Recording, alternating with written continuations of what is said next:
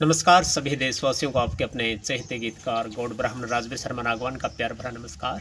उम्मीद करता हूँ मेरे प्रिय श्रोता बंधु आप सब स्वस्थ होंगे, मस्त होंगे और अपने अपने काम में व्यस्त होंगे। अगर आप चैनल पर नए हैं और अभी तक चैनल को लाइक व सब्सक्राइब नहीं किया है तो चैनल को लाइक व सब्सक्राइब करना मत भूलिएगा। आज एक ऐसे ज्वलंत विषय को लेकर मैं आप श्रोता बंधुओं के सामने उपस्थित हुआ हूँ जो आज के समय में बहुत ही चर्चा का विषय बना हुआ है। हर माता पिता अपने बच्चे बच्चियों को अच्छी शिक्षा दीक्षा प्रदान करने की सोचते हैं और इतने महंगे निजी स्कूलों में भेजकर वे अपने बच्चों का भविष्य बनाना चाहते हैं और ख़ासकर लड़कियों को कि सोचते हैं कि इससे दो परिवार शिक्षित होंगे, एक मायके पक्ष वाला और दूसरा ससुराल पक्ष वाला। लेकिन कहीं न कहीं जब आज महानगरों में स्थिति है, जब आज के सोशल मीडिया के नकारात्मक प्रभाव को देखते हुए जब लड़कियां उपयुक्त सर्विस या जॉब प्राप्त नहीं कर पाती तो पैसा कमाने के लालच में अवैध धंधों में अपने आप को संलिप्त कर लेती हैं और इसमें सिर्फ महानगरों तक ही सीमित नहीं है ये समस्या, आज गांव तक भी अपने पैर फैला चुकी है। और ऐसे में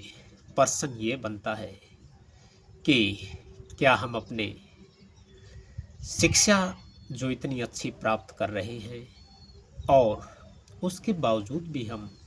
किस दुनिया में जी रहे हैं या उस दुनिया में जीने के लिए मजबूर हो रहे हैं, ये सोचना एक विकट समस्या होता जा रहा है। माता पिता को लगता है कि उनकी बेटी पढ़ लिख कर पाँव पर खड़ी होकर स्वावलंबी बनेगी, पहले अपने परिवार का आजीविका का साधन बनेगी, फिर जाकर अपने ससुराल पक्ष में अपने परिवार की देखभाल करेगी। लेकिन दोस्तों, स्थिति इसके बीच के अंदर से निकलती है और ऐसी पढ़ी लिखी लड़कियां जो पहले कॉलेज में अपने बॉयफ्रेंड बनाती हैं, उसके बाद हॉस्टलों में पीजी में रहने वाली लड़कियां और उसके बाद लिव इन रिलेशनशिप में रहने का एक जो आज रोग लग गया है, ये ना कोई उम्र देख रहा है ना कोई फासले, इसमें हर कोई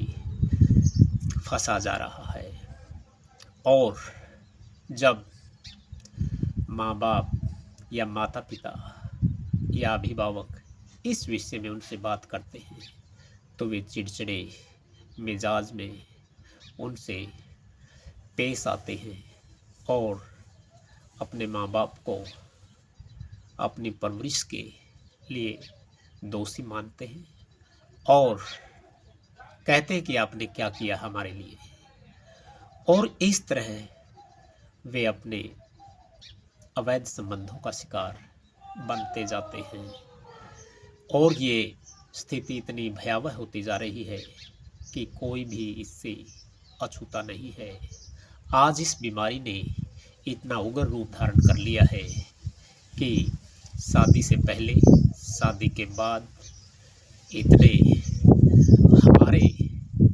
विवाहोत्तर संबंध स्थापित हो गए हैं कि परिवारों का इसने जीना दुर्भर कर दिया है। और फिर जब किसी कंपनी में जॉब करने के लिए लड़कियां निकलती हैं तो वहाँ पर भी अपने बॉस का शिकार बनती हैं और स्थिति को जैसे तैसे थोड़े बहुत दिन दबाती हैं। लेकिन दोस्तों, ये ऐसी चीज़ें हैं जो कभी छुपाई नहीं छुपती और एक विशाल संक्रमण का शिकार होती जा रही है। और ज़्यादातर लड़कियां तो इस विषय में फैसला भी नहीं कर पाती कि अब वो शादी करेंगी या नहीं करेंगी, क्योंकि जब उनके सपने टूटते हैं, अधूरे लगते हैं, तो उनको लगता है कि अब जीना उनके लिए मुश्किल हो गया है। और जब ऐसा कार्य होने लगता है तो उनके साथ बहुत ही अनहोनी होती है और जगह जगह वो उपेक्षा का शिकार होने लगती हैं और ये सोच भी नहीं पाती अब वो किस डगर या किस रास्ते का चयन करें, क्योंकि जो उन्होंने रास्ता देखा था, जो उन्होंने सपने संजोए थे, वो रास्ता तो कांटों से भरपूर निकला और उससे पार निकलने का कोई मार्ग या रास्ता भी नहीं सूझ रहा है। ऐसे में हर एक माता पिता को और हर एक शिक्षित को ये सोचना चाहिए कि हमें अपने परिवेश को ध्यान में रखकर अपने मूल्यों, संस्कृति को कभी नहीं भुलाना चाहिए, क्योंकि पैसा सब कुछ नहीं है। अगर जिस्म ही बेच डाला तो पैसे का क्या बनेगा, क्योंकि पैसा तो मंडियों में बहुत होता है। और आपने एक कहावत सुनी होगी कि पैसे के लिए हमें पराई रजाई को इस्तेमाल नहीं करना चाहिए। और मेरे प्यारे श्रोता बंधुओं, आप इस वार्तालाप को सुनकर सचेत होंगे और ज़्यादा से ज़्यादा अपने सगे संबंधियों में, रिश्तेदारों में, मित्रों में इस बात को लेकर शेयर कीजिए, ताकि इस तरह की जो ये गर्त में ले जाने वाली स्थिति है, ये बचा जा सके। जय हिंद, भारत माता की जय हो, वंदे मातरम। अपना ख्याल रखें और बुद्ध पूर्णिमा की सभी देशवासियों को फिर से हार्दिक शुभकामनाएं और बधाई।